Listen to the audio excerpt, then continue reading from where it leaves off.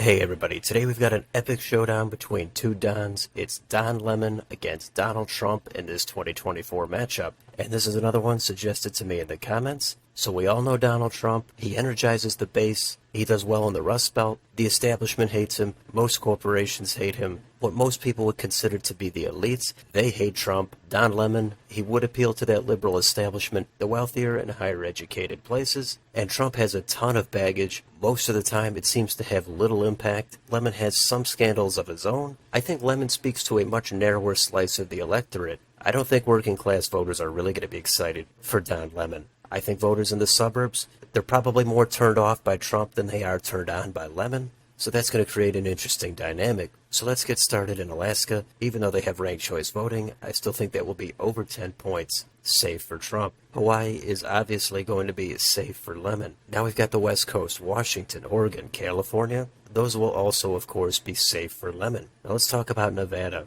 It's a purple state, and technically for this to go red, Trump would not even have to win Washoe or Clark County. It would help, and he does have to make it close, but I don't necessarily see Lemon having enough peel, and I do have this tilting and going to Trump by a tilt margin. Idaho, Utah, safe for Trump. Arizona, it's no longer a red state. They like the establishment here. Trump was their guy in 2016, not in 2020. He could flip it back, it's possible, but I'm a little bit more confident in this going as a tilt for Lemon. Montana, Wyoming, safe for Trump. Colorado, I think that'll be just about 10, maybe 10.5 points. Not 15 or 16, safe for Lemon. New Mexico, the safe assumption there is over 5, less than 10, likely for Lemon. North and South Dakota, safe for Trump. Nebraska at large, safe for Trump. The 2nd District. Trump did win it in 16, lost it in 20. If it's a red national environment, maybe it flips back against Lemon. But to be fair, I think this would go to Lemon, probably by a 2 to 3 point lean margin. Kansas loves the establishment, but it's still too red. It's going to be safe for Trump. Oklahoma, safe for Trump. Texas, over 5 points likely for Trump. Now let's go up to Minnesota. Trump only lost it by 1.5 in 2016. 2020 was definitely by a wider margin, and this is a tough call. They're clearly not huge fans of Trump, but I don't think Lemon is really a great fit here for Minnesota. The suburbs in and around Ramsey and Hennepin, they're going to vote for Lemon as their way of voting against Trump, and I think Lemon is going to win this state, but I think it probably would get down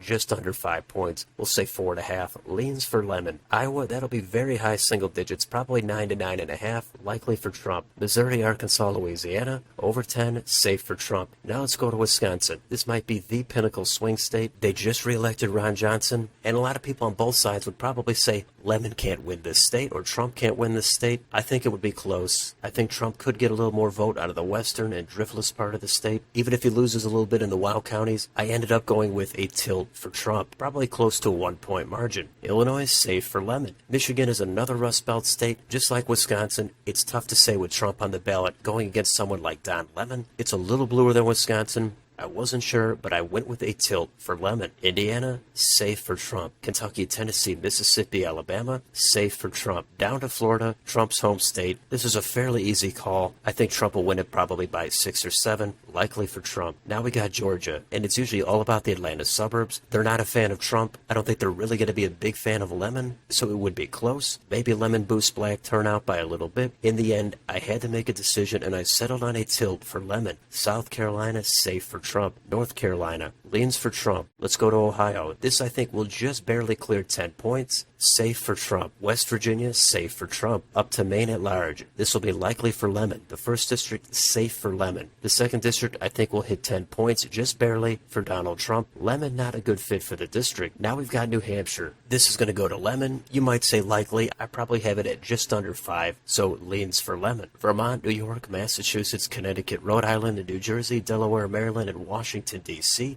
No surprise, those are safe for Lemon. Now we've got Pennsylvania. Lemon is going to do well enough in the Philadelphia suburbs. Trump going to activate the base in the western part of the state and the T. And it's a super close call, but I did see this going back to Trump by a narrow 1/4 point margin, so tilt for Trump. And the last state is Virginia. They're going to be behind Lemon here. Northern suburbs, too much for Trump to get it under 5, so likely for Lemon. Then there's your final map. It's a close one. I didn't plan it like this, but it's 270 for Donald Trump, 268 for Don Lemon. So as I said, both of these are a wild card. Trump has a ton of baggage, but but he really ignites the base. Maybe voters are sentimental about the economy under Trump. That's another thing that could help him. Don Lemon, he has some baggage himself. I think he's more off-putting for the working class. He's going to do best in the suburbs, along the coasts, and along with voters that would be considered elite. The big unknown is how much of the anti-Trump vote is going to come out and vote for Lemon. How many voters in the middle would actually want to come out at all, given they're probably not going to be a fan of Trump. And Don Lemon is not a politician, and I don't think he's really much of a catalyst to come out and vote for. So the usual states are extremely close. Trump flips Nevada. Lemon does take Arizona and Georgia. It comes down to the Rust Belt, the former Blue Wall, Wisconsin, Michigan, Pennsylvania. Can Trump flip those back against Lemon? I think he could take 2 out of the 3, but I think they would all be within 1, maybe 2 points at the most. And I know there's going to be passionate people on both sides. They're going to say Trump has so much baggage. He has major problems with women in the suburbs. Nobody wants to go back to somebody who is indicted, and there's no chance Trump would win this. And then the other side is going to say Trump absolutely ignites the base. They think he does better on the economy and several other key issues. He's the only one that could win the Rust Belt. And Don Lemon is polarizing himself. He's not going to do as well as it might seem with independents or the suburbs. And you might have Trump winning Michigan, Arizona, Georgia. So I can see both sides. My approach is more down the middle. This is what I think is most likely, but obviously your map is going to look a little bit different. It also depends on the national environment, the running mates, what the key issues are at the time. Lemon is not going to excite the progressives at all. It seems like he would fall in line as an establishment Democrat. Trump is at least going to shake up the system. There's probably more allure with Trump for some disaffected voters than there would be with Lemon. Lemon seems like he would just be more of the same. So there's a lot of different paths you could take with this. This is what I settled on. Let me know in the comments. Do you agree with this map? Which states would you change? Do you have Trump winning this by a wider margin? Or do you have Lemon coming out on top? Let me know down below on your way out. Don't forget to like, share, and subscribe. Hit the bell for notifications. Thanks for watching, and I'll see you next time.